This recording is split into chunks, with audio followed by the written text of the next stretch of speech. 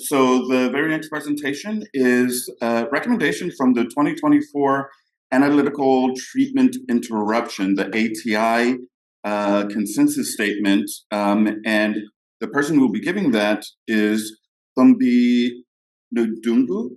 Is that correct? Almost. Sorry. Could you pronounce your name correctly? Thumbi N'dungu. Thumbi N'dungu with the African Health Research Institute. Thank you. My name is Thumbi N'dungu. Not very many people can pronounce it correct. Some people call me Thumbi. I've had various versions, but it's Thumbi. I'm from the African Health Research Institute, and I'm going to give just a summary of the ATI workshop, consensus on the ATI workshop that we held in Nairobi in May last year. And we are currently working on a publication of these guidelines. And so it's almost ready actually, but not quite. So I'll be giving feedback on that. So the workshop was held in Nairobi in May, as I mentioned. And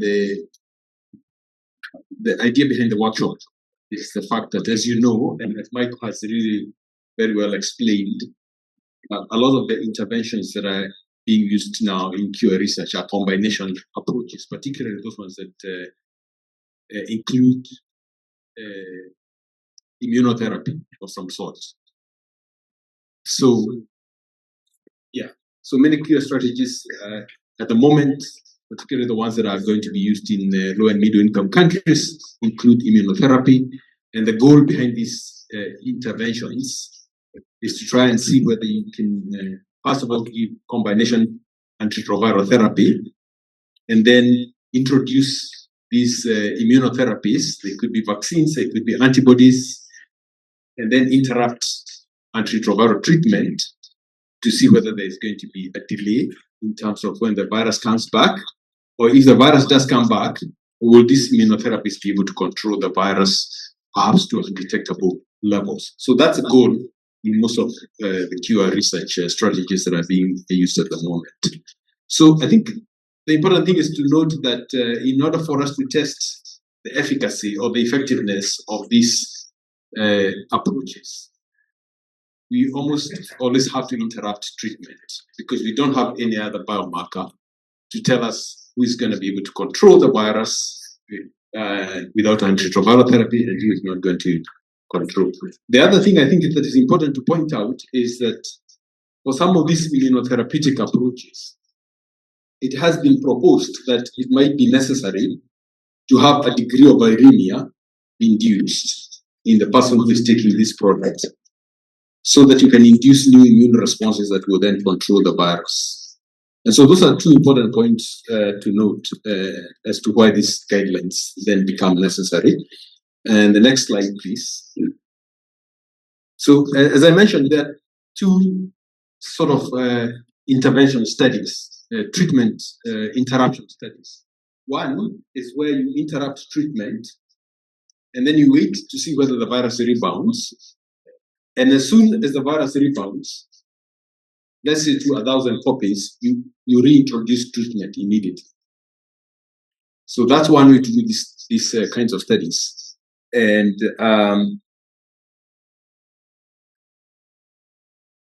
so the risk there is relatively low to the participant because there is not a lot of viremia that is induced. And you can reintroduce antiretroviral therapy almost immediately as soon as you detect the virus. And so the risk is very low. And the risk of also transmitting the virus to somebody else is also very low because you are reintroducing treatment as soon as the virus becomes detectable. But the other approach is what we call the set point ATI, analytical treatment interruption. And in the set point ATI, you stop treatment and then you wait for the virus to rebound. and then you allow the viremia to continue for a specified period of time based on a predetermined criteria. And in that particular case, the risk to the study participant is higher because obviously you are allowing the virus to replicate in the person for a little longer. And so there might be issues there with immune activation, with inflammation. And perhaps also very importantly is the fact that because the person has viremia, there is a risk that that person could transmit the virus to somebody else. So given those scenarios, we decided to convene a meeting in Nairobi to discuss in particular the set point, the second kind of ATI that I've just talked about, the one where you allow viremia, to sort of come up with some guidelines as to how this could be done, and develop some consensus within the community, within researchers, so that we all are kind of following the same guidelines, and we also have the ability to compare between different studies. Next slide, please. So the guidelines or the recommendations that I'm going to be discussing really refer to the second point of ATI, the second kind of ATI that I've just talked about, the one where you are allowing viremia to go on for a little while before you reintroduce treatment. Next slide. So it's important to note that there was a previous effort to develop guidelines. This was done in 2019. It was led by Boris Yug at the Reagan Institute and others. But at that time, most of ATI studies had been conducted in the United States, mostly. And in most cases, those studies were enrolling white men in these studies. But since 2019, the studies have expanded, and we have begun to see even some studies being done in low and middle income countries. So there's a little bit more experience. People have a lot more experience about the safety of ATIs, as well as the circumstances, socioeconomic circumstances in other areas outside of the US.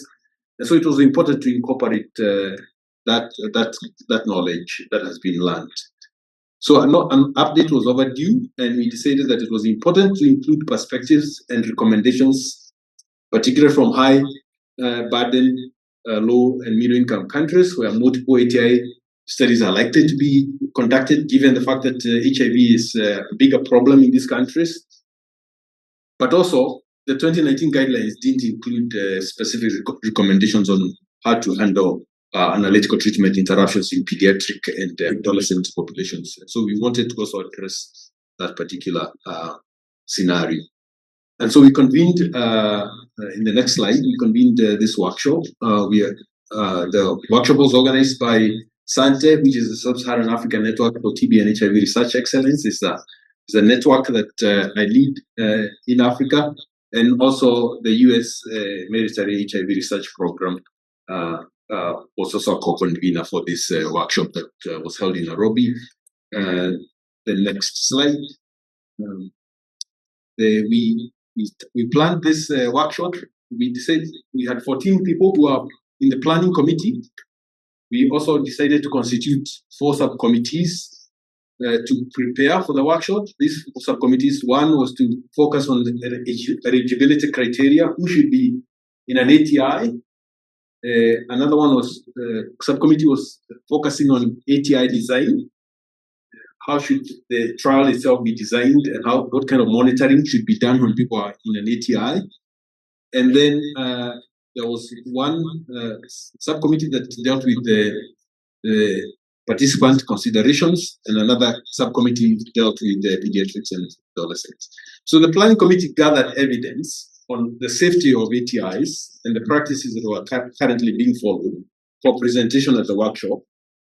We also consulted with the key stakeholders, because there are obviously a lot of people interested in these topics that were not part of the planning committees, so we need to consult as widely as possible. We conducted virtual community ATI workshops to gather opinions and evidence that could be presented at the workshop. And then we also formulated a list of key issues for voting at the consensus workshop. And so this is how the preparation for the workshop went.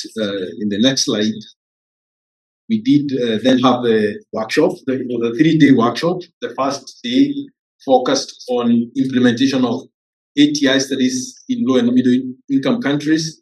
And then the second and third days is when we really did the voting and discussions. And we had 134 attendees from 5 continents. 46% were from Africa. And the attendees included scientists, clinicians, community advocates, people living with HIV, representatives for funding, regulatory, as well as industry. Next slide. So I'm now going to present some of the results. Again, the results are much wider than I'm going to be able to present here in a very short period of time.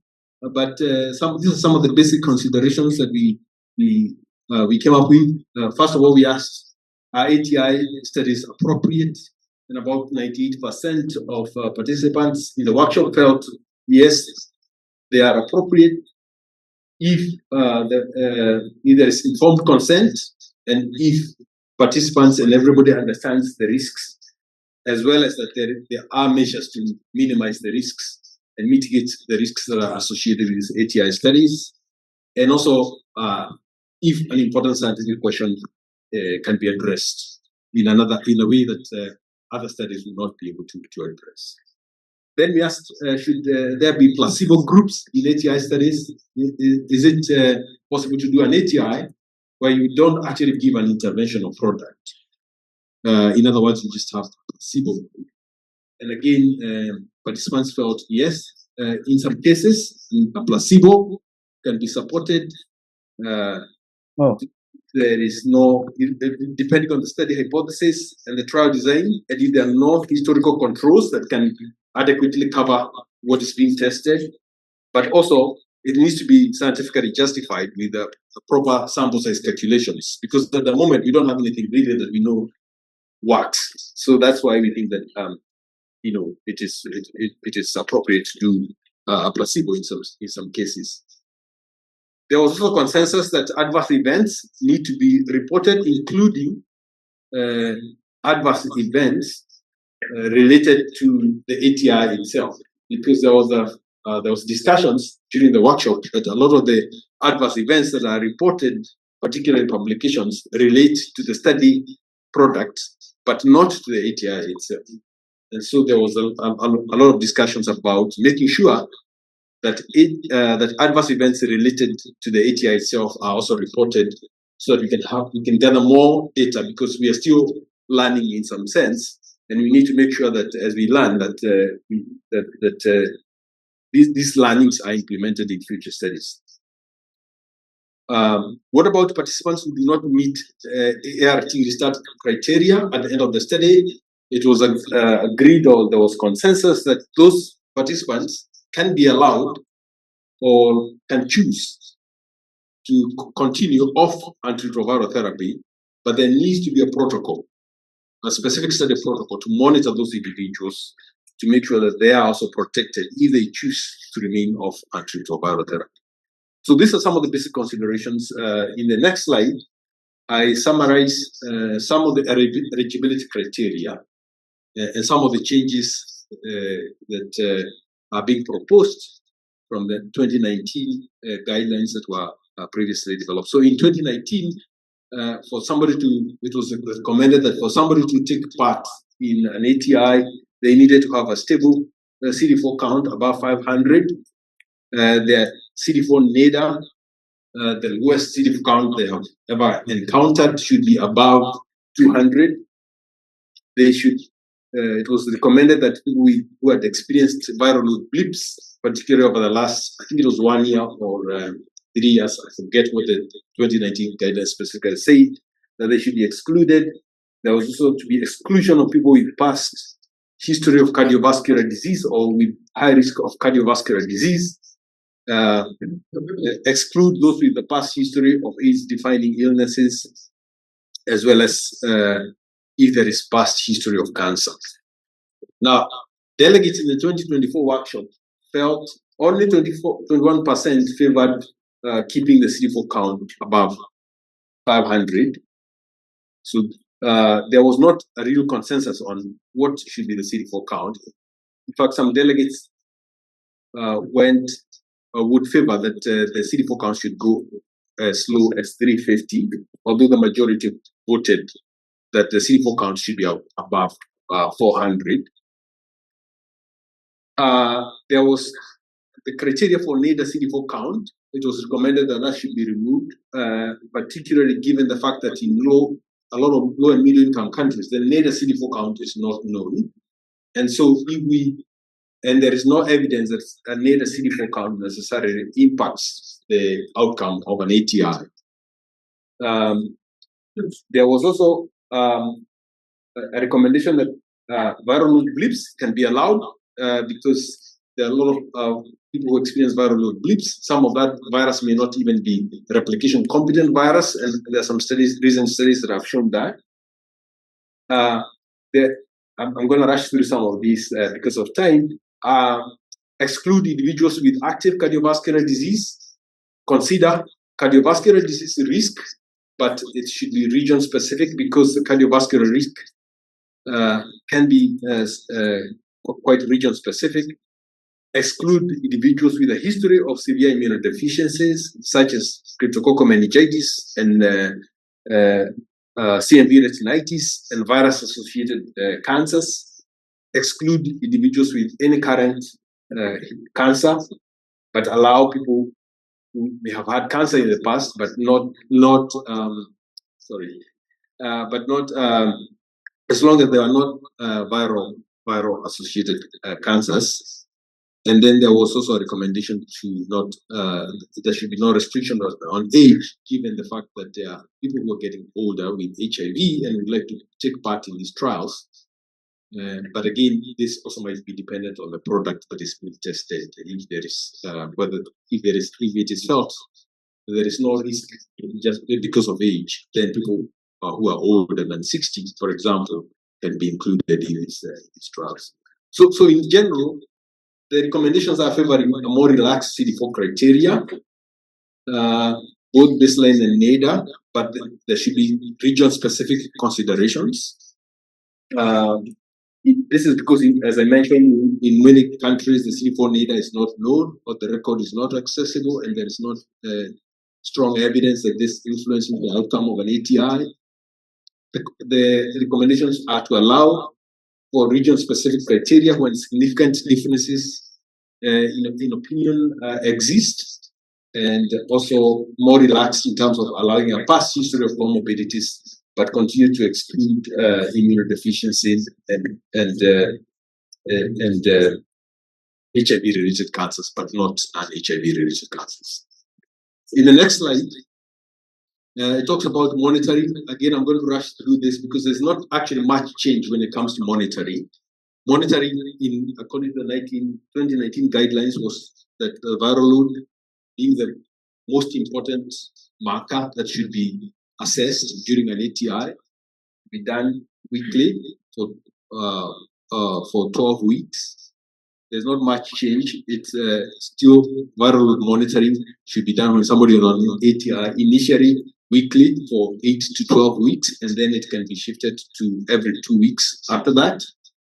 The ART restart criteria was viral load allowed for above 1,000 for 4 weeks, and a restart the viral load was above 100,000. In the new recommendations, the viral load above 1,000 will be allowed for 8 weeks, and extended if the viral load is dropping by more than 0.3 log over log, but restart if the viral load goes above 100,000. And then other recommendations was that there should be clinical monitoring at every visit. STI testing should be done every 8 to 12 weeks, and of course restart ART if requested by the study participants or by a healthcare provider based on their judgment about what is going on in the patient. Okay. Then there was a lot of discussions on patient-centered considerations, including providing PrEP for partners. In the 2019 guidelines, the guidelines called for PrEP for partners and refer for HIV testing and PrEP, and also psychosocial monitoring was recommended. In the 2024 guidelines, PrEP should be provided for partners either by the study or there should be a referral to a reliable provider who can provide PrEP. And if the study cannot provide PrEP or refer appropriately, then that site should really consider not doing an ATI study because of the importance of protecting our partners. Psychosocial monitoring is recommended, is to be assessed at all visits during the trial. There should be support for disclosure of HIV status, although it was also recognized that the autonomy of the participants not to disclose their HIV status still remains if they don't want to disclose, but there should be support for disclosure.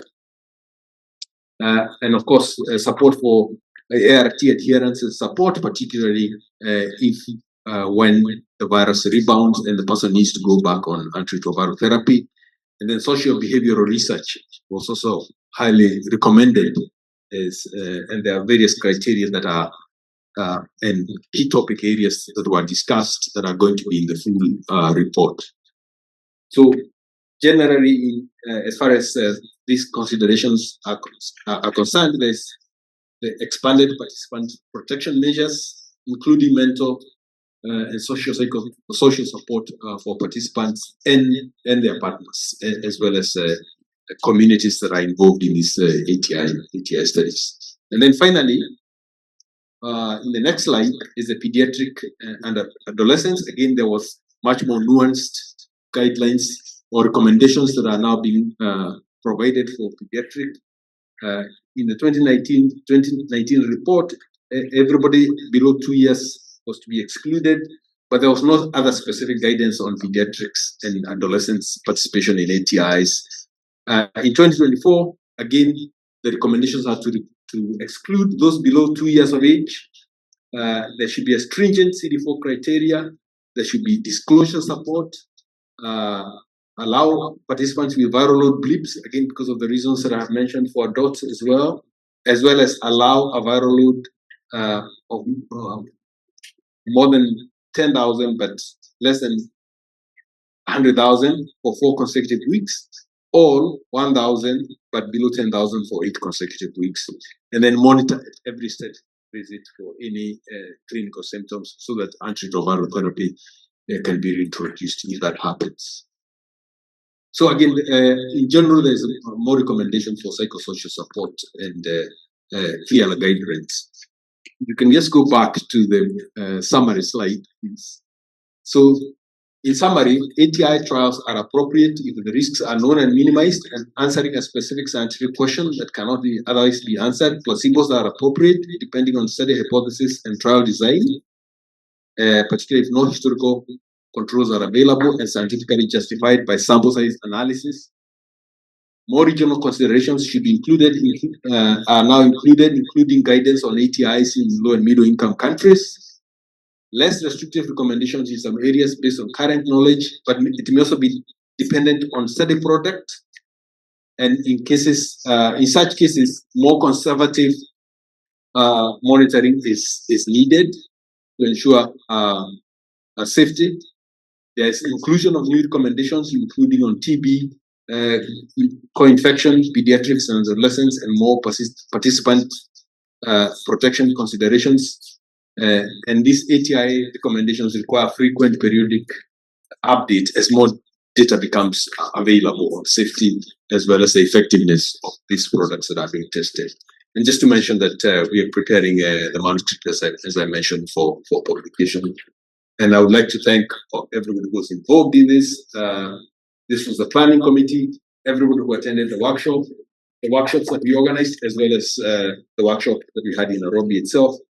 And in particular, I would also like to acknowledge the Gates Foundation and NIH who supported the workshop in Nairobi. Thank you very much.